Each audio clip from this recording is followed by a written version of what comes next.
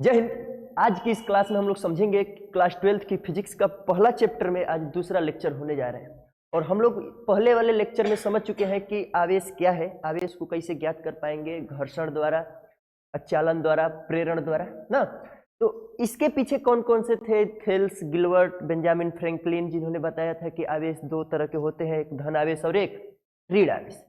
हो गया था समझ। आज हम लोग समझेंगे कि अब मूल आवेश के प्रकृति कितनी है, मतलब क्वांटम प्रकृति क्या है मूल आवेशों के, और कूलाम का नियम क्या है, इसके बारे में समझें। ठीक है। अब पिछले वाला जो नहीं देख पाए लेक्चर तो जरूर देख लीजिएगा, डिस्क्रिप्शन में लिंक दे देंगे हम उसका। तो चलिए हम लोग समझते हैं मूल आवेश की क्वांटम प्रकृति क्या होती है, यानी fundamental charge and quantum charge. मूल आवेश किसको कहते हैं? आवेश तो समझ ही गए हैं कि आवेश क्या है। कोनो वस्तु आवेशित कब होगी? जब एगो वस्तु में से इलेक्ट्रॉन दूसरी की वस्तु में जाएगा या दूसरी वस्तु में से इलेक्ट्रॉन पहली वस्तु में आएगा। मतलब इलेक्ट्रॉन जाने आने से ही वस्तु का होगी चार्ज होगी। या तो इलेक्ट्रॉन निकलेगा और नहीं तो किसी वस्तु पर आकर इलेक्ट्रॉन पड़ेगा, तभी तो चार्ज होगा। तो किसी वस्तु में से इलेक्ट्रॉन निकल रहा है, इसका मतलब वस्तु प्लस चार्ज है, यानी धन आवेश है। और किसी वस्तु में से इलेक्ट्रॉन यदि निकल रहा है तो धन आवेश, और किसी वस्तु पर जाके पड़ेगा तो ऋण आवेश। इतना बात क्लियर हो गया था। तो चलिए करम मूल आवेश। मूल आवेश किसे कहते हैं? मूल आवेश का मतलब ये है कि वह छोटा से छोटा आवेश। मूल आवेश का मतलब वह छोटा से छोटा आवेश। ध्यान से सुनिएगा, मूल आवेश यानी फंडामेंटल चार्ज। वह छोटा से छोटा आवेश मतलब सबसे छोटा आवेश, अब उससे छोटा आवेश नहीं हो सकता। ठीक है। तो वह छोटा से छोटा आवेश जो स्वतंत्र रूप से पाया जाता है, वह छोटा से छोटा आवेश जो स्वतंत्र रूप से पाया जाता है, वह छोटा से छोटा आवेश, वह छोटा से छोटा आवेश जो स्वतंत्र रूप से पाया जाता है, स्वतंत्र रूप से पाया जाता है। वह छोटा से छोटा आवेश जो स्वतंत्र रूप से पाया जाता है तो क्या बोलते हैं? मूल आवेश का। तो क्या कहेंगे? मूल आवेश। यानी वह छोटा से छोटा आवेश जो स्वतंत्र रूप से पाया जाएगा तो क्या कहेंगे भैया? मूल आवेश कहते हैं। आप लोग जानते हो कि किसी वस्तु को चार्ज करने में इलेक्ट्रॉन भूमिका निभाता है, यानी एक वस्तु में से दूसर का वस्तु में इलेक्ट्रॉन जाता है।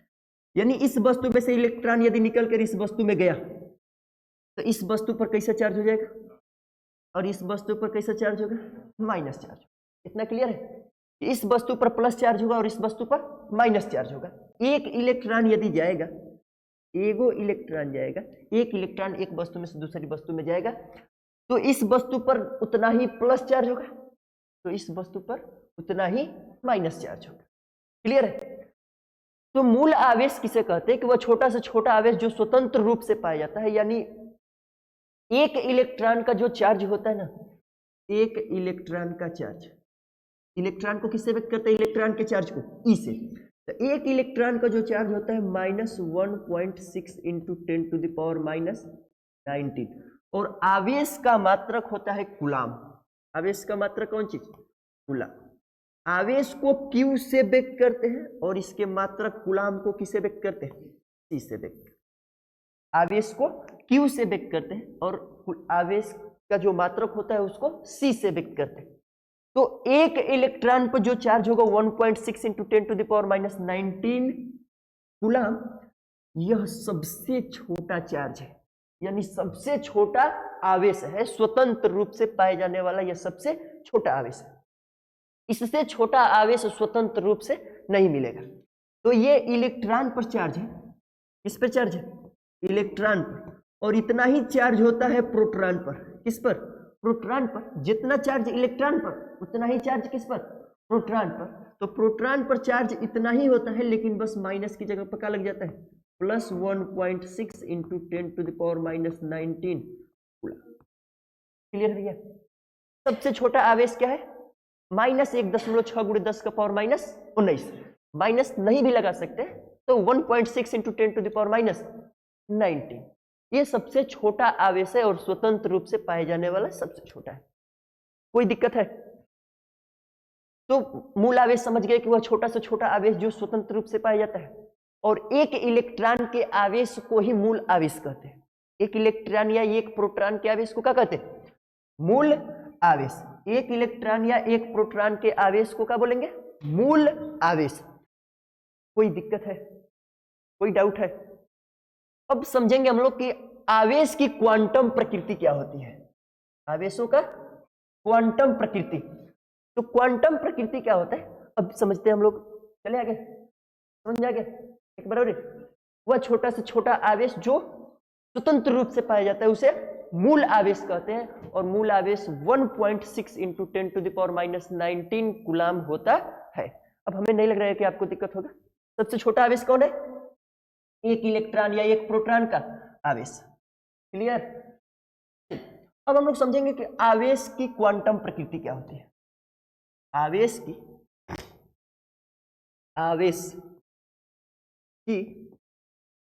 क्वांटम प्रकृति। आवेश की क्वांटम प्रकृति।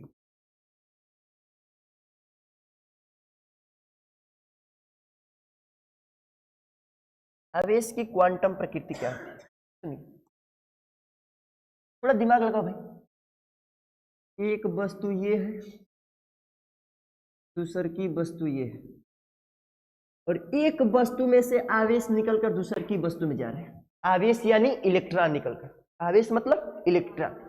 तो सुनो भैया, यदि मान लेते हैं इन दोनों को हमको चार्ज करना है तो क्या करना होगा? या तो घर्षण करना होगा, इन दोनों को रगड़ना होगा आपस में, या इन दोनों को कनेक्ट करना होगा। यदि चालन द्वारा, कंडक्शन द्वारा, प्रेरण द्वारा भी चार्ज किया जा सकता है इन दोनों को पास में ले आके। तो किसी वस्तु को 3 तरह से चार्ज किया जा सकता है, पढ़ी ली है पीछे। तो यदि मान लेते हैं कि इस वस्तु में से इलेक्ट्रॉन निकलकर इस वस्तु में जा रहे हैं, तो सोचो भाई, एगो वस्तु में से इलेक्ट्रॉन दूसर का वस्तु में जाएगा तो सिंगल ना इलेक्ट्रॉन जाएगा। सिंगल मतलब पूर्ण संख्या में जाएगा। किस संख्या में? पूर्ण संख्या में। पूर्ण संख्या बोले तो एक गो इलेक्ट्रॉन जाएगा, या 2 गो, या 3, या 4, या 5, या 6, या 7, 8, 9, जितना चाहे उतना इलेक्ट्रॉन जाएगा। लेकिन कभी भी ऐसे इलेक्ट्रॉन नहीं जाएगा कि 1.5 इलेक्ट्रॉन चला गया, या 2.5 इलेक्ट्रॉन चला गया, या 3/5 इलेक्ट्रॉन है वो में से दूसर का में चला गया। सोचो एक बार कि जैसे क्लास में लड़के बैठे हुए हैं, आप लोग बैठे हो, तो इसमें यदि गिनती करना होगा तो हम लोग कैसे गिन पाएंगे? 30 गो लड़का बैठा है, या 40 गो, या 50 गो, ऐसे गिन पाएंगे ना? या 60 गो, या 100 गो, 200, ऐसे गिन पाएंगे। कब वो ऐसे गिन पाएंगे कि 50.5 गो लड़का बैठा है? ऐसे ना गिन पाएंगे। या 10.5 लड़के हैं, या 2/5 लड़के हैं, गिनेंगे तो 1, 2, 3, 4 ऐसे गिन पाएंगे। कब वो छोटा रहेगा तो उसको बट्टा उट्टा में थोड़े ना गिनेंगे कि एगो छोटा है एगो बड़ा है तो 1.5 लड़का बैठा है, ऐसा नहीं ना है। हमेशा पूर्ण संख्या में गिनेंगे। तो इसमें भी वही होगा कि इलेक्ट्रॉन यदि एक वस्तु में से दूसर का वस्तु में निकल कर जाएगा, एगो में से क्या में जाएगा? दूसरा वस्तु में। इसमें से निकलकर दूसरा वस्तु में यदि जाएगा तो या तो इलेक्ट्रॉन एगो जाएगा, नहीं तो 2 जाएगा, या 3 जाएगा, या 4, या 5, या 6, या 7, या 8, 9, ऐसे जाएगा इलेक्ट्रॉन। जितना चाहे उतना ही एक वस्तु में से दूसर का वस्तु में इलेक्ट्रॉन जा सकता है। ठीक है, तो सुनो भाई, एक इलेक्ट्रॉन पर चार्ज कितना होता है? E बराबर -1.6 × 10⁻⁻⁻, 1.6 × 10⁻⁻⁹ कूलाम होता है। तो एक इलेक्ट्रॉन यदि इसमें से इसमें चला जाएगा तो इतना ना चार्ज में से निकल के हमें चल जाएगा ना। समझे? सोचो कि यदि इस वस्तु में से निकलकर को इलेक्ट्रॉन गया, इसमें इस वस्तु में से निकलकर इस वस्तु में एक इलेक्ट्रॉन गया, एक इलेक्ट्रॉन गया, यानी एक इलेक्ट्रॉन का मतलब 1.6 × 10⁻⁻⁹ कूलाम आवेश होता है एक इलेक्ट्रॉन पर। तो इतने आवेश इसमें माइनस चार्ज हो जाएगा, 1.6 × 10⁻⁻⁹। सेम इतना ही चार्ज इस पर हो जाएगा, 1.6 × 10⁻⁻⁹ कूलाम। इसमें प्लस में होगा तो इस पे माइनस में होगा, क्योंकि इलेक्ट्रॉन इसमें से निकलकर इसमें जा रहा है। दोनों पर आवेश बराबर होंगे, दोनों पर आवेश क्या होंगे? बराबर। लेकिन जिसमें से निकलेगा उस पर प्लस चार्ज और जिसमें जाएगा उसमें माइनस चार्ज। तो एगो इलेक्ट्रॉन निकल के गया तो इस पे इतना प्लस चार्ज हो गया, तो इस वस्तु पर इतना ही माइनस चार्ज हो गया। कोनो दिक्कत? यदि 2 गो निकल के जाएगा तो 2 से गुणा करेंगे, 3 गो निकल के जाएगा तो इसमें इसी में 3 से, इसमें भी 3 से गुणा करेंगे, यानी 1 निकलेगा तो 1 से 2 गो इलेक्ट्रॉन जाएगा, मतलब 2 गुणे 1.6 into 10 to the power minus 19 हो जाएगा ना, समझे? एगो इलेक्ट्रॉन जाएगा तो इतना चार्ज, तो 2 गो जाएगा तो इतना प्लस इतना चार्ज, 3 गो जाएगा तो 3 बार जोड़ना पड़ेगा, 4 गो जाएगा तो 4 बार जोड़ना पड़ेगा, यानी 4 बार जोड़े या 4 से डायरेक्ट गुणा कर दे। तो 1 इलेक्ट्रॉन जाएगा तो 1e के बराबर आवेश होगा, 2 गो जाएगा तो 2e, 3 गो जाएगा तो 3e, 4 गो जाएगा तो 4e, और 5 जाएगा तो 5e, ये इतने 6e, 7, 8, 9, 10 जितना चाहे उतना आवेश एक वस्तु में से दूसर का वस्तु में भेजेंगे तो उतना ही इलेक्ट्रॉन के बराबर एगो में से चार्ज होगा दोनों में, यानी इस पे भी उतना ही चार्ज और इस पे भी उतना ही चार्ज। लेकिन एगो जाएगा तो 1e, 2 गो जाएगा तो 2e, 3e, 4, 5, 6, 7, 8 इतना होगा ना। यदि इसमें से इसमें 50 गो इलेक्ट्रॉन चला गया तो 50 गुणे 1.6 गुणे 10 का पावर माइनस 19 आवेश इस पे होगा, तो उतना ही आवेश इस पे होगा, क्योंकि पूर्ण संख्या के रूप में जा रहा है। किसके रूप में जा रहा है? पूर्ण संख्या के रूप में जा रहा है। बात समझ में आ गई? कोई दिक्कत है? एगो वस्तु में से दूसर का वस्तु में इलेक्ट्रॉन जा रहा है तो कैसे आवेश हो रहा है? कोई दिक्कत? तो सुनो, तो आवेशों का क्वांटम प्रकृति यही है ना कि प्रकृति में जितना भी आवेश पाया जाएगा, जो भी आवेश होगा, कोई भी आवेश हो, जितना आवेश होगा वो मूल आवेश का पूर्ण गुणज होगा। सभी आवेश ध्यान से सुनिए, सभी आवेश मूल आवेश का, सभी आवेश मूल आवेश का पूर्ण गुणज होता है। सभी आवेश मूल आवेश का पूर्ण गुणज होता है। सभी आवेश मूल आवेश का पूर्ण गुणज होता है, यानी ब्रह्मांड में जितने भी आवेश यानी चार्ज पाए जाएंगे वो मूल आवेश के पूर्ण गुणज होंगे। यानी मूल आवेश की बात करें तो इलेक्ट्रॉन का charge 1.6 into 10 to the power minus, इससे छोटा कोई आवेश होता है तो 1 हो जाएगा तो इतना, 2 हो जाएगा तो 2 से गुणा, 3 हो जाएगा 3 से, 4 हो जाएगा 4 से। तो आवेश किससे मिलकर बना है? इलेक्ट्रॉन के आवेश से मिलकर बना है। जितना भी होगा वो मूल आवेश, इसी को क्या बोलते हैं? मूल आवेश, या मूल आवेश का पूर्ण गुणज होगा, यानी कोई भी चार्ज होगा तो इससे पूरा पूरा विभाजित हो जाएगा। क्या हो जाएगा? पूरा पूरा कट जाएगा। कोई दिक्कत? इसको बोलते हैं मूल आवेश, और मूल आवेश सब आवेशों को पूरा पूरा विभाजित कर देगा, तो इसी को बोलते हैं क्वांटम करण या क्वांटम प्रकृति। आवेशों की क्वांटमीकरण या आवेशों की क्वांटम प्रकृति। तो आवेशों का क्वांटम प्रकृति क्या है कि ब्रह्मांड में जितने भी आवेश उपस्थित है सब मूल आवेश का पूर्ण गुणज होता है। कोई दिक्कत? आवेशों का क्वांटम प्रकृति क्या है कि ब्रह्मांड में या कहीं भी जितना आवेश है वो मूल आवेश का पूर्ण गुणज होता है। मूल आवेश का पूर्ण गुणज। जैसे यहाँ में एक 3 इलेक्ट्रॉन है तो इसमें 1 इलेक्ट्रॉन से भाग देंगे तो कठिन जाएगा, इसमें भी जाएगा, इसमें जो भी आवेश मिलेगा सब मूल आवेश का पूर्ण गुणज होगा, यानी 1 इलेक्ट्रॉन के चार्ज से पूरा पूरा विभाजित हो जाएगा। इसको कहते हैं क्वांटम प्रकृति। कोई दिक्कत? समझ में आ गया? आगे चले। आगे हम लोगों को ये समझना है कि यदि आवेश को Q से व्यक्त करते हैं, आवेश को किससे? यदि आवेश को Q से तथा इलेक्ट्रॉन की चार्ज को E से और इलेक्ट्रॉनों की संख्या को N से व्यक्त करें। किससे व्यक्त करें? N से। ना समझे? जैसे हम लोगों से ये समझना है हम लोगों को कि इस वस्तु पर कितना चार्ज होगा। दोनों वस्तु दे दिया, उस पर पूछेगा कि कितना आवेश हुआ, तो हम लोगों को ये समझना पड़ेगा कि इस वस्तु में से कितना इलेक्ट्रॉन निकला या बाहर से कितना इलेक्ट्रॉन आके इस पे पड़ा। इतना बात समझ जाएंगे तो उस वस्तु पर हम लोग कितना चार्ज है इस बात को समझ जाएंगे। कोई दिक्कत? तो सुनिए कि आवेश को किससे व्यक्त करते हैं? Q से। और इलेक्ट्रॉन का चार्ज कितना है? E। और इलेक्ट्रॉनों की संख्या कितना है? N है। इलेक्ट्रॉनों की संख्या N, तो हम लोग समझ पाएंगे कि कितना आवेश होगा। तो सोचिए कि इस वस्तु में से इस वस्तु में को इलेक्ट्रॉन गया? पहली बार 1 इलेक्ट्रॉन गया, 1 इलेक्ट्रॉन। तो इलेक्ट्रॉनों की संख्या को एक, और को इलेक्ट्रॉन का आवेश E, तो E, इसको एक E, यानी यहाँ n हो सकता है कि ना हो सकता है, डॉट डॉट कितना बार हो सकता है, n बार। यहाँ एक इलेक्ट्रॉन गया, दो गो इलेक्ट्रॉन गया, तीन गो इलेक्ट्रॉन गया, 4 5 6 7 8, जितना चाहे उतना इलेक्ट्रॉन भेज सकते हैं। तो माना कितना इलेक्ट्रॉन भेज दिए, n इलेक्ट्रॉन। कितना इलेक्ट्रॉन, माना इस वस्तु में से n इलेक्ट्रॉन निकलकर इस वस्तु में चला गया है, तो दोनों वस्तुओं पर कितना चार्ज होगा, दोनों वस्तु चार्ज होगी, लेकिन एक ऊपर प्लस तो दूसरे का पर। तो माना एक वस्तु में से निकलकर दूसरी की वस्तु में कोई इलेक्ट्रॉन गया n, और इलेक्ट्रॉन का आवेश कितना होता है E, इसी को बोलते हैं आवेश Q। क्या बोलते हैं, आवेश Q, यानी Q बराबर n इंटू E, Q बराबर n E, यानी एक वस्तु में से इलेक्ट्रॉन जितना निकल के जाएगा उस पर हम लोग आवेश ज्ञात कर पाएंगे। एक गो इलेक्ट्रॉन जाएगा तो यहाँ एक रख दीजिएगा, दो गो इलेक्ट्रॉन जाएगा तो n की जगह पक्का रखेंगे 2, तीन गो जाएगा तो 3, 4 गो जाएगा तो 4। E का मान जानते ही आप लोग, तो 1.6 into 10 to the power minus 19, यानी -19। E की जगह पर रख दीजिएगा, E इसका मान लिया कर गुणा कर देंगे तो आवेश निकल जाए। कोई डाउट है, समझ में आ गया? इस पर एक सवाल बोले।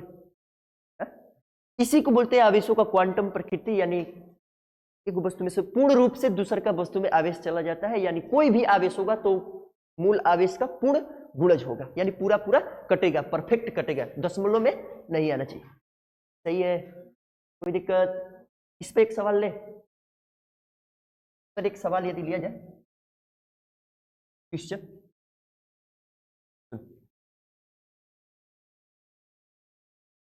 यदि एक वस्तु से, यदि एक वस्तु से दूसरी वस्तु में, यदि एक वस्तु से दूसरी वस्तु में, चाहे जैसे भी प्रेरण द्वारा, चालन द्वारा, घर्षण द्वारा, कैसे भेजे, यदि एक वस्तु से दूसरी वस्तु में 5 इलेक्ट्रॉन चले जाते हैं, क्या होते हैं, चले जाते, एक वस्तु से दूसरी वस्तु पर 5 गो इलेक्ट्रॉन चले जाते हैं, तो दूसरी वस्तु पर चार्ज ज्ञात कीजिए। दूसरी वस्तु पर कितना आवेश होगा, दूसरी वस्तु पर कितना आवेश, दूसरी वस्तु पर कितना आवेश होगा। बात समझे हैं? एगो वस्तु है, एगो है वस्तु है दूसरी, इस वस्तु से निकलकर इस वस्तु में 5 इलेक्ट्रॉन चले जाते हैं, तो दूसरी वस्तु पर कितना चार्ज होगा। अब तक तो हम लोग ये समझे कि इसमें से 5 गो इलेक्ट्रॉन इस पे चला जाएगा, तो जितना चार्ज में होगा उतना चार्ज में होगा, बस चिन्ह अलग होगा, एगो पर प्लस होगा तो दूसरे का पर माइनस होगा। तो सुनिए, कौ गो इलेक्ट्रॉन चला गया, 5 गो इलेक्ट्रॉन। हम लोग फॉर्मूला पढ़े Q बराबर n इंटू E। तो आवेश पूछ रहा है, आवेश को किससे व्यक्त करते हैं, Q से। तो Q बराबर n का मान कितना दे दिया, n बराबर कितना इलेक्ट्रॉन, 5 इलेक्ट्रॉन। n बराबर कितना, 5 इलेक्ट्रॉन। इलेक्ट्रॉनों की संख्या कितना दे दिया, 5। तो n की जगह पर कौन चीज, 5। E का मान जानते हैं हम लोग, मूल आवेश है, मूल आवेश 1.6 गुणे 10 का पावर माइनस, यहां रखेंगे 1.6 into 10 to the power minus 19। अब गुणा करा देंगे, सही भैया।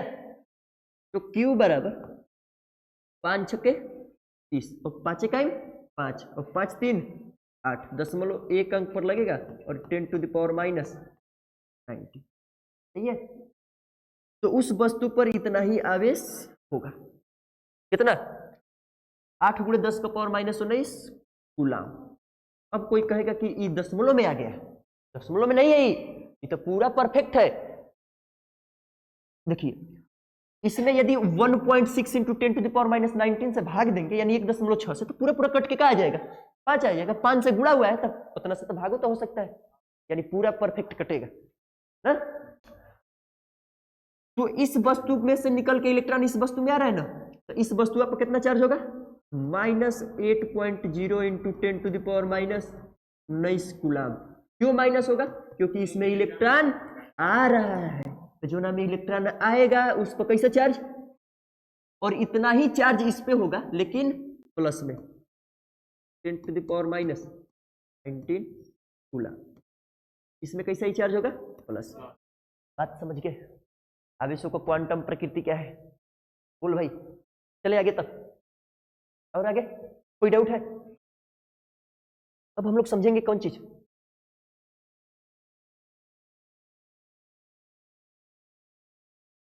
सुनिए, कूलाम क्या है? कूलाम थोड़ा सा इसके बारे में समझ लेते हैं। कूलाम, कूलाम एक फ्रांसीसी वैज्ञानिक है। कूलाम कहाँ का है? फ्रांसीसी वैज्ञानिक। फ्रांसीसी वैज्ञानिक कौन चीज? कूलाम। हाँ, फ्रांसीसी वैज्ञानिक है एक कूलाम, जिन्होंने दो आवेशों के बीच कितना बल लगेगा इसके बारे में बताया था कि दो आवेश रहेगा तो एक दूसरे को कितना बल से। आवेश दो तरह के होते हैं, धन आवेश एक। हम लोग पढ़ चुके हैं कि समान प्रकार के आवेश यानी समान प्रकृति के आवेश एक दूसरे को प्रतिकर्षित करते हैं, यानी प्लस प्लस भी एक दूसरे को ढकेलेगा, माइनस माइनस भी एक दूसरे को प्रतिकर्षित करेगा। एक प्लस एक माइनस आवेश एक दूसरे को आकर्षित करता है, यानी विपरीत आवेश एक दूसरे को आकर्षित करते हैं और समान प्रकार के आवेश एक दूसरे को प्रतिकर्षित करते हैं। तो कितना बल से आकर्षित या कितना बल से प्रतिकर्षित करेगा, इसको कौन बताया था? कूलाम बताया था। कौन बताए थे? कूलाम। अब कूलाम बताए थे इनके बीच में कितना बल कार्य करेगा, इसलिए आवेश का मात्रक क्या होता है? कूलाम होता है। आवेश का मात्रक क्या होता है? आवेश का मात्रक पूछे, किसका मात्रक? आवेश का मात्रक। आवेश का कौन चीज?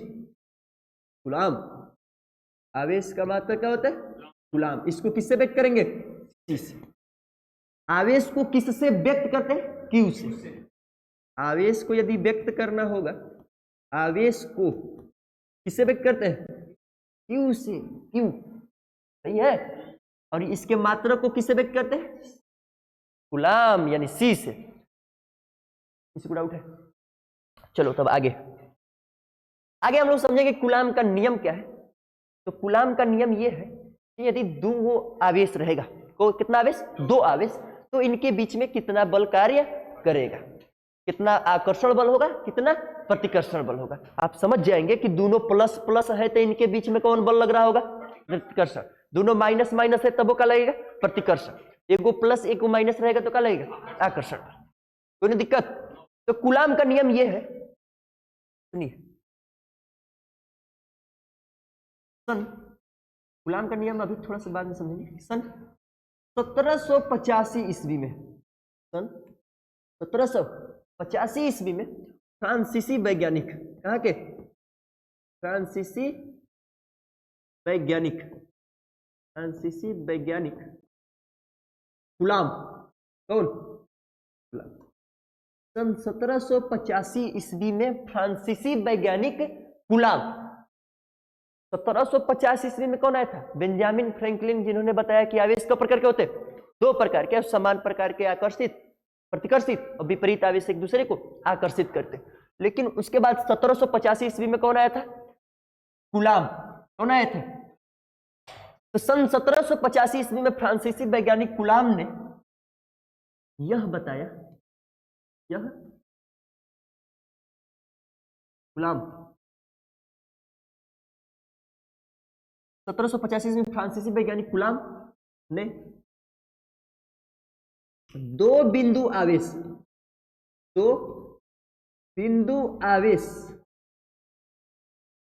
दो बिंदु आवेश के बीच लगने वाले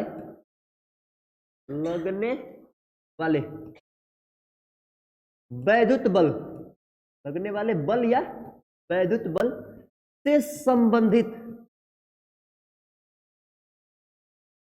वैद्युत बल से संबंधित एक नियम दिए थे। एक क्या दिए थे? नियम। एक नियम दिए थे या दिए हैं, जिन्हें कूलाम का नियम कहते हैं। जिन्हें किसका नियम कहते हैं? कूलाम का नियम कहते हैं। जो निम्न है, नीचे पढ़ेंगे, जो निम्न है। ध्यान सुनिए, कूलाम का नियम अभी नहीं पढ़ रहे हम लोग, अभी इसके बारे में जाने कि सन 1785 में फ्रांसीसी वैज्ञानिक कुलाम ने दो बिंदु आवेश के बीच लगने वाला वैद्युत बल से संबंधित एक नियम दिए थे जिसे कुलाम का नियम कहते हैं। दो गो आवेश रहेगा तो इनके बीच में कितना बल लगेगा, इससे रिलेटेड एक नियम दिए थे जिसे कुलाम का नियम कहते हैं। समझे बात को? कब दिए थे? 1785 ईस्वी। चलिए तो कुलाम का नियम हम लोग समझते हैं, इन्वर्टेड कॉमा, ठीक है। यदि दो आवेश, कितना आवेश?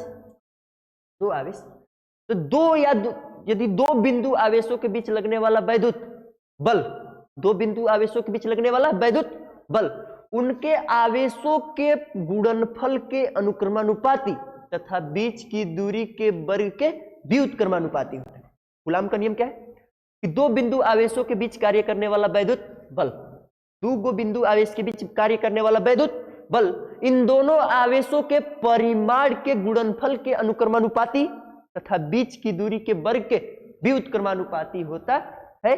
इसकी जो दिशा होगी इनको मिलाने वाली रेखा के अनुदिश होगी, दोनों आवेशों के मिलाने वाली रेखा के अनुदिश। चलिए लिखते हैं कि दो बिंदु आवेशों के बीच कार्य करने वाला वैद्युत बल, देखिए ध्यान से सुनिएगा, कूलॉम का नियम है दो बिंदु आवेशों के बीच, दो बिंदु आवेशों के बीच, दो बिंदु आवेशों के बीच कार्य करने वाले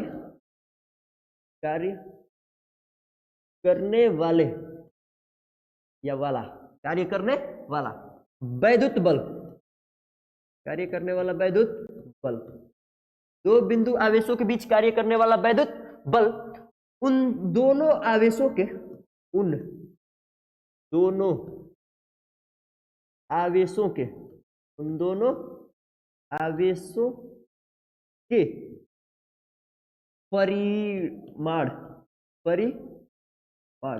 उन दोनों आवेशों के परिमाण के गुणनफल, परिमाण के गुणनफल के अनुक्रमानुपाती होता है, अनुक्रमानुपाती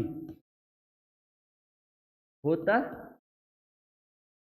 सुनिएगा, दो बिंदु आवेशों के बीच कार्य करने वाला वैद्युत बल उन दोनों आवेशों के परिमाण, आवेश का परिमाण का मतलब कोई भी भौतिक राशि होता है तो परिमाण के साथ साथ दिशा, तो दिशा रहेगा तो सदिश, सिर्फ परिमाण रहेगा तो अदिश। तो परिमाण समझ रहे हैं, जैसे 20 किलोमीटर तो इसमें से 20 क्या है?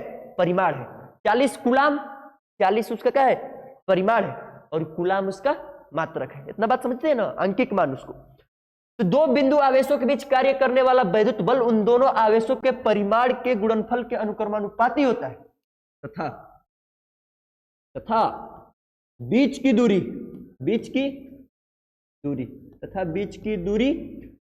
के वर्ग के व्युत्क्रमानुपाती होता है, बीच की दूरी के वर्ग के व्युत्क्रमानुपाती होता है, बीच की दूरी के वर्ग के व्युत्क्रमानुपाती होता है। क्लियर है? यही किसका नियम है? कूलॉम का नियम कि दो बिंदु आवेशों के बीच कार्य करने वाला वैद्युत बल उन दोनों आवेशों के परिमाण के गुणनफल के अनुक्रमानुपाती होता है तथा बीच की दूरी के वर्ग के व्युत्क्रमानुपाती होता है। सही है? बल लग रहा है बल, तो बल एक कैसी राशि है? सदिश राशि है, और बल एक सदिश राशि है तो इसमें परिमाण के साथ साथ दिशा भी होगा। तो आगे लिख दे, इसकी दिशा, इसकी बल की, इसकी दिशा, इनकी दिशा दोनों आवेशों को मिलाने वाली रेखा के अनुदिश होता है। इसकी दिशा दोनों, इनकी दिशा दोनों आवेशों को मिलाने वाली, दोनों आवेशों को मिलाने वाली रेखा के अनुदिश होता है, मिलाने वाली रेखा के अनुदिश होता है, मिलाने वाली रेखा के क्या होता है? अनुदिश। मिलाने वाली रेखा के अनुदिश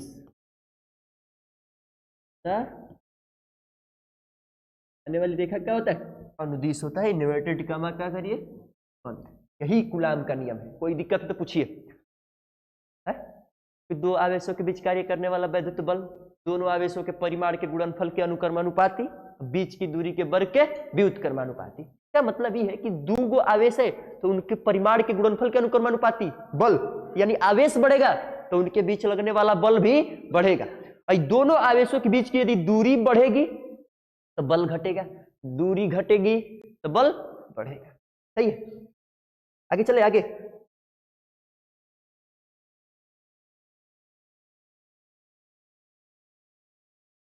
बढ़ा दे इसको, आगे क्या कर दे, थोड़ा समझ जाएंगे।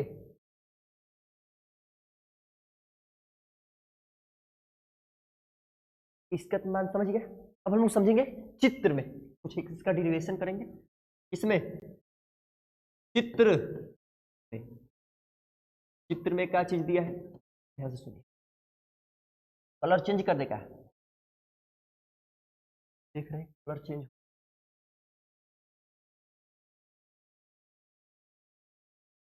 एगो ई आवेश है, एगो दूसर का है। को आवेश है, दो बिंदु आवेश है। इस आवेश का नाम Q1 रख दे और इस आवेश का क्या नाम रख दे? Q2 रख दे। दो बिंदु आवेश है जिन पर आवेश Q1 और Q2 है, यानी अलग अलग आवेश है। Q1 Q2 को कोई ज्यादा मतलब नहीं है। आवेश को Q से व्यक्त करते तो पहले वाले आवेश को Q1 से, दूसरे वाले आवेश को Q2 से व्यक्त कर सकते हैं। यदि इनके बीच की दूरी यदि R हो, कितना भैया? R। इन आवेशों के बीच की दूरी कितना हो? R हो, तो इनके बीच कितना बल कार्य करेगा? समझे? कोई दिक्कत?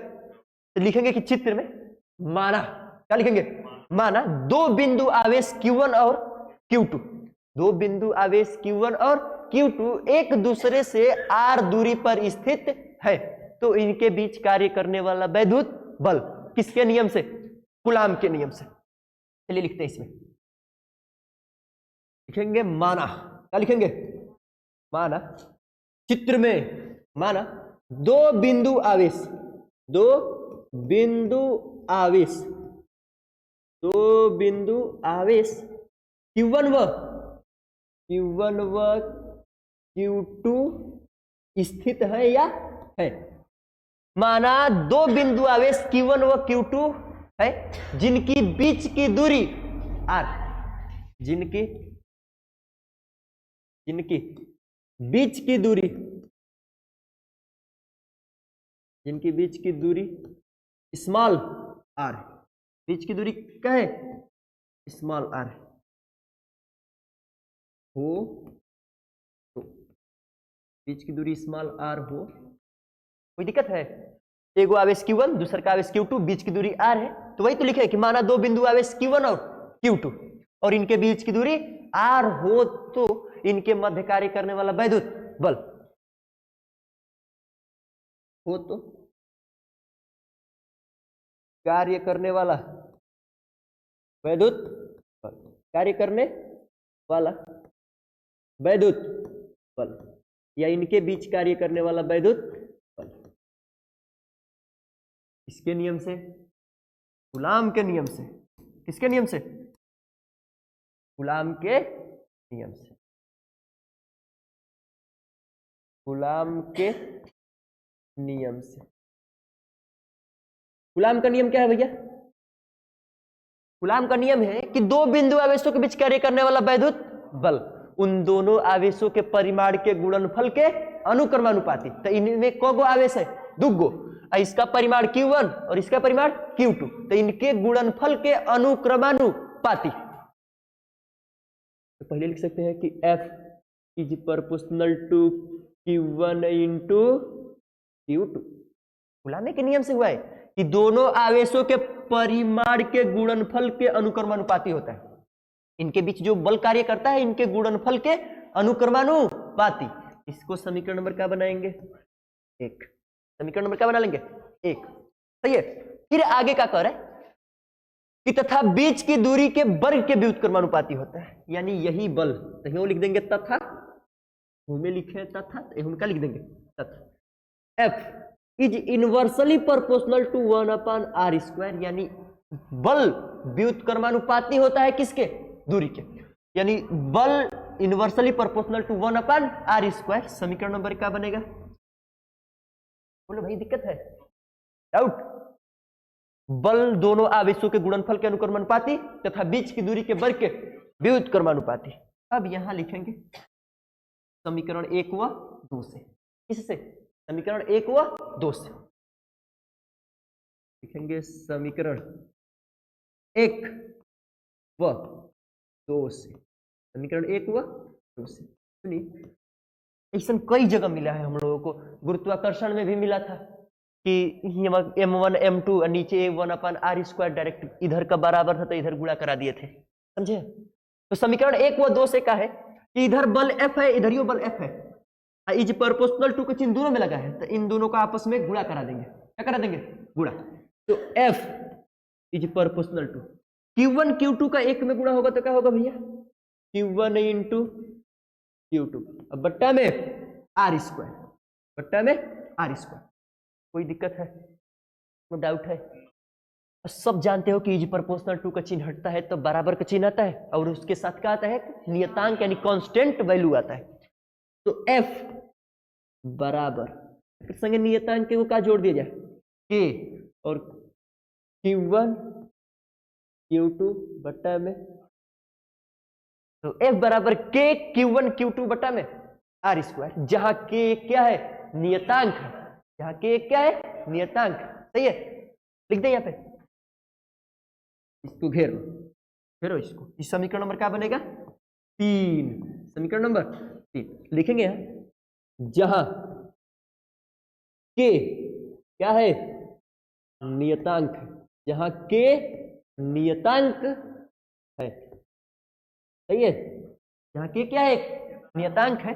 यदि K बराबर 1/4 पाई एप्सिलॉन नॉट रख दे या एप्सिलॉन 0 रखा जा सकता है, रख दे और आगे बढ़ा देगा इसको। बोलिए, दूसरा पेज ले लें जहां K क्या है? नियतांक है। चलो दूसरा पेज ले लेते हैं। तो निकला हुआ था यहां F बराबर K इंटू Q1 Q2 बटा में क्या निकला हुआ था? r²। सही है भैया? Q1 Q2 बटा में r²। लाइट लग रही है? 1-2 दिन में ठीक हो जाएगा भाई। सबको लाइट लगी है पहले, लेकिन अब कुछ दिन में ना ठीक हो जाएगा। आंख जैसे चमकता है, लाइट ज्यादा है। सुनो, F बराबर K Q1 Q2 बटा में r²। K क्या है? एक नियतांक। K क्या है? नियतांक है। तो K नियतांक है, इसका मान क्या रख सकते हैं? यदि ये हेलो, यदि K बराबर 1/4 पाई E0 Q1 इंटू, छोड़िए ना, F बराबर का K बराबर क्या रखेंगे? 1/4 पाई E0। K का मान क्या रख देंगे? 1/4 पाई E0 या एप्सिलॉन नॉट। जहां इसको क्या पढ़ते हैं? Epsilon not. क्या पढ़ेंगे? एप्सिलॉन, एप्सिलॉन,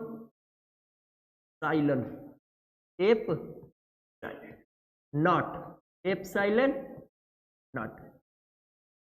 आपे के ऊपर है। इसको 60 में पढ़ सकते हैं। क्या पढ़ेंगे? E0। 60 में क्या पढ़ सकते हैं? इसको, एक नाम है एप्सिलॉन नॉट, लेकिन पढ़ सकते हैं ई नियर है तो ई, 0 से नॉट, यानी E0 या एप्सिलॉन नॉट। तो K बराबर 1/4 पाई E0 या एप्सिलॉन नॉट ले चल के रखेंगे इसमें। रखिए, तो F बराबर क्या निकलेगा? K की जगह पर 1/4 पाई E0 Q1 Q2 बट्टा में r²। कोनो दिक्कत है भैया? बल का ही नाम मान निकल रहा है। क्या निकल रहा है? बल। अब बल का मात्रक कौन चीज?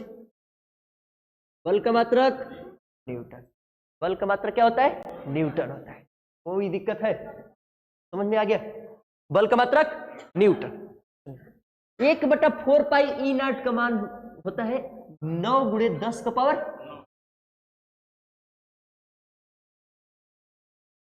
एक बटा में 4 पाई ई नॉट का मान होता है 9 into 10 to the power 9, 9 into 10 to the power 9। सही है। यदि इसका मान निकाले तो एक मात्रा का होगा 1 बटा 4 पाई ई नॉट का, तो इसका इधर गुणा ई बटा में चल जाएगा, तो newton metre square, newton metre square प्रति कूलाम स्क्वायर, यानी ठीक है। सही है, कोनो दिक्कत? अब हम लोग आगे मान निकालेंगे कि ई नॉट का मान क्या होता है। तो आप अभी क्लास बहुत ज्यादा लंबा हो गया, कई मिनट का बन गया? 40 मिनट। ई नॉट का मान निकाल दे अभी। सुनो, 1 बटा 4 पाई ई नॉट बराबर 9 into 10 to the power 9 newton metre square प्रति कूलाम स्क्वायर। कैसे समझे? इक्के का मान कैसे निकला है? सुनिए, इसको पकड़ लेंगे इसे, इधर ये बल है और ये भाग में है तो गुणा हो जाएगा, और ऊपर गुणा में है तो कहां चला जाएगा? भाग में। देखिए इधर, तो F इंटू आर स्क्वायर, भाई ऊपर है तो कहां चला जाएगा? नीचे, Q1 इंटू Q2 बराबर इधर क्या बचेगा? 1 बटा में 4 पाई ई नॉट। हाँ, बल का मात्रक न्यूटन, दूरी है ना, दूरी आर, इसका मात्रक मीटर, स्क्वायर है तो यहाँ का रहेगा स्क्वायर, बट्टा मतलब प्रति, कुलाम कुलाम कुलाम का स्क्वायर, तो न्यूटन मीटर स्क्वायर प्रति कूलाम स्क्वायर। सही है, क्या दिक्कत है? चलो आगे। तो 1 बटा 4 पाई ई नॉट भैया का है, कांस्टेंट वैल्यू है, इसका मान 9 इंटू 10 टू द पावर 9। जब भी न्यूमेरिकल लगाएंगे 1 बटा 4 पाई ई नॉट की जगह पर रख देंगे। याद कर लीजिए कि 9 गुणे 10 का पावर 9। सही है। अब हम लोग निकालेंगे किसका मान? ई नॉट का। कौन चीज? ई नॉट का मान निकालेंगे। किसका मान निकालेंगे? ई नॉट का मान निकालेंगे। चलिए लिखेंगे हेडिंग, ई नॉट का कैसा मान? आंकिक मान। कैसा मान? आंकिक मान, यानी numerical value of epsilon not. E not का क्या निकालेंगे हम लोग? आंकिक मान। कैसे निकाल पाएंगे? ध्यान सुने, लिखेंगे हम जानते हैं। क्या लिखेंगे? हम जानते हैं, या वी नो डेट, हम जानते हैं। तुम लोग नहीं जानते हो, बट सब जानता है। हम जानते हैं कि 1 बट्टा 4 पाई ई नॉट या एप्सिलॉन नॉट मान कितना होता है? 9 गुणे 10 का पावर 9, 9 गुणे 10 का पावर, ये 1 बटा 4 पाई ई नॉट का मान 9 इंटू 10 टू द पावर 9। सुनिए, यही भाग में तहने क्या हो जाएगा? अरे गुणा में, भाग में तहने गुजाएगा तो गुणा में, तो 1 बट्टा में क्या हो जाएगा? इधर बचेगा ई नॉट, बचेगा ना ई नॉट।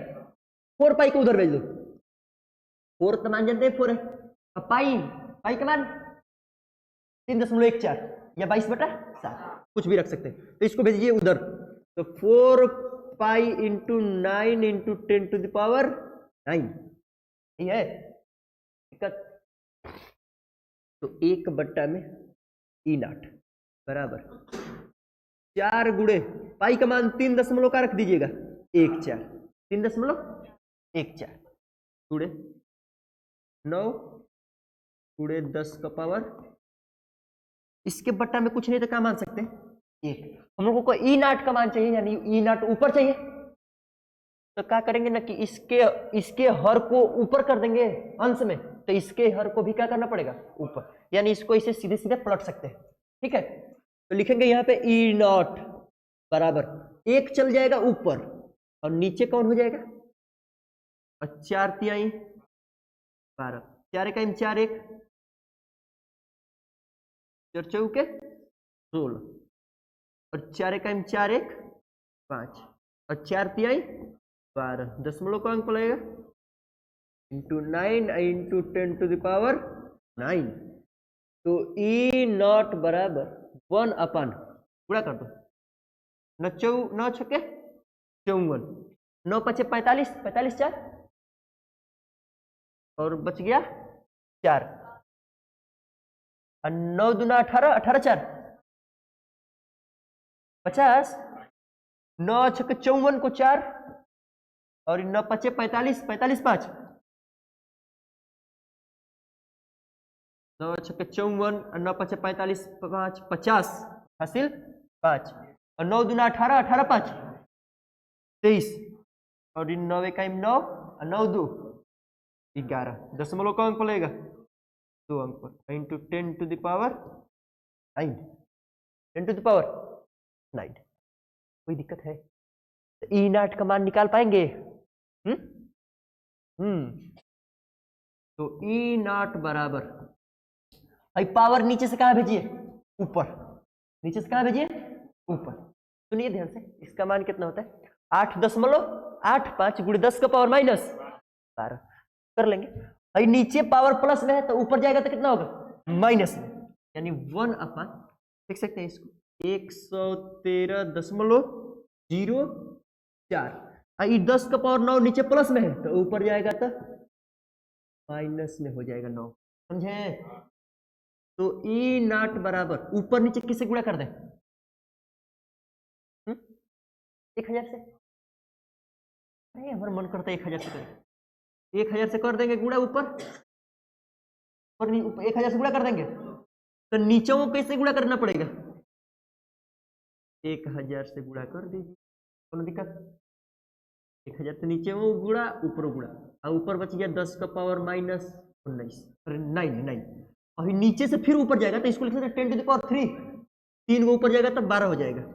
तो ई नॉट बराबर 1000 बटा में 113.04 और नीचे से ऊपर जाएगा तो 10 का पावर माइनस 12, 10 का पावर सही है 10 टू द पावर माइनस 12। अरे 10 का पावर प्लस 3 और 3 को ऊपर जाएगा तो माइनस 3, 9 को 3 को 12 को हो जाएगा। सोचो तो दिमाग लगाओ, ऊपर है 1000 और नीचे है 113, तो 1000 में 113 से भाग देंगे, 113 से मतलब 11 से भाग देंगे तो 11 बाटे 88 और 11 नवा 99, ज्यादा हो जाएगा। कब आ जाएगा? 8 बार। इसका इसमें भाग दे के देखिएगा आएगा, जानते हो कितना? 8.84 या 5 या 6 कुछ ऐसा नहीं आएगा। तो 8.85 लिख लीजिए into 10 to the power minus 12। अब इसका मात्रक कौन चीज होगा? मात्रक, मात्रक, मात्रक। आइए आइए इधर, इसका मात्रक चाहिए हम लोगों को, ई नट का। तो ई नट को भेजिए इधर और इनको लाइए इधर, तो coulomb square newton metre square. गड़बड़ा गए, रुक जा भाई। ई नट नीचे है, ई नट को कहां भेजे थे? ऊपर। तो मात्रकों का नीचे वाला कहां चल जाएगा? ऊपर, और ऊपर वाला नीचे, यानी कूलाम स्क्वायर प्रति न्यूटन मीटर। इसको लिख सकते हैं कूलाम स्क्वायर प्रति न्यूटन मीटर। यही है ई नॉट का आंकिक मान। किसका मान? यही किसका मान है? ई नॉट का आंकिक मान। समझे? आंकिक मान। बार बार ई नॉट बोल रहे हैं ना आप लोग, एप्सिलॉन नॉट बोल सकते हैं, ठीक है? एप्सिलॉन नॉट, ठीक ठीक। यही ई नॉट का आंकिक मान है, याद रख लीजिए इसको। ई नॉट बराबर 8.85 गुणे 10 का पावर माइनस 12। जहां ई नॉट दिखेगा इतना मान रख सकते हैं आप अपने मन से। 8.85 गुणे 10 का पावर माइनस 12। किसी को डाउट है? किसी को दिक्कत? समझ में आ गया? कौन कौन चीज समझे अभी तक? अभी कुछ पढ़ना है क्या? ओ थैंक यू, फिर मिलेंगे ना, तब फिर समझ लेते हैं, तब फिर मिलेंगे बात शुरू से। सुनिए, अब मूल आवेश और उसका क्वांटम प्रकृति समझ गए। मूल आवेश क्या होता है? एक इलेक्ट्रॉन के आवेश को ही मूल आवेश कहते हैं ना। सब बात समझ में आ गया? चलो आगे। था अब क्या बच गया? आवेशों का क्वांटम प्रकृति क्या होता है कि एक वस्तु में से दूसरा, मतलब ब्रह्मांड में जितना वस्तु उपस्थित होगा, जितना चार्ज होगा, मूल आवेश का पूर्ण गुणज होगा, यानी मूल आवेश से पूरा पूरा डिवाइड हो जाएगा, कट जाएगा। अब बच गया, देखो सवाल लगाए थे इस पर, Q बराबर एन ई, Q बराबर एन ई, सही है? Q क्या है? आवेश, और E क्या है? इलेक्ट्रॉन का आवेश, और N क्या है? संख्या है। एक वस्तु में से दूसरा वस्तु में कितना इलेक्ट्रॉन गया तो कितना आवेश उत्पन्न हो जाएगा, ये सब ज्ञात किए होते हैं। कूलाम क्या है? कूलाम आवेश का मात्रक क्या होता है? कूलाम होता है। आवेश का मात्रक कूलाम। आवेश को किससे व्यक्त करते हैं? Q से व्यक्त करते हैं। किससे? क्यू से। ठीक, अब क्या बच गया? अब हम लोग समझ रहे थे को छोटा करना पड़ेगा इसको।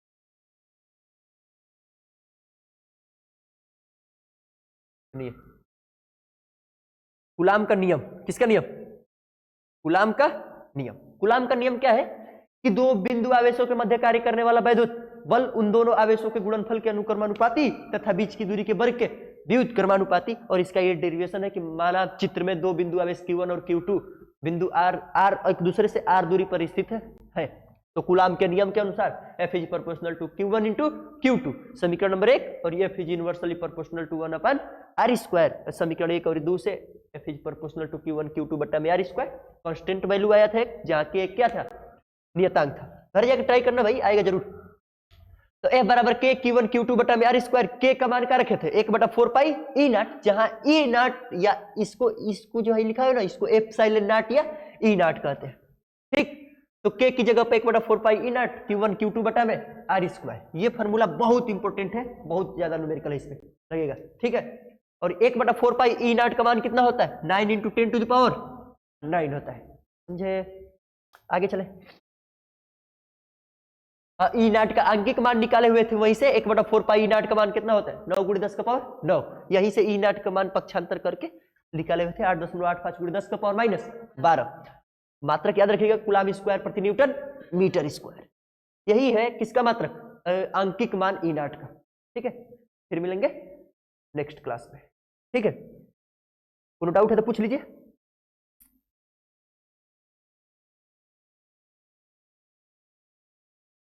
बंद कर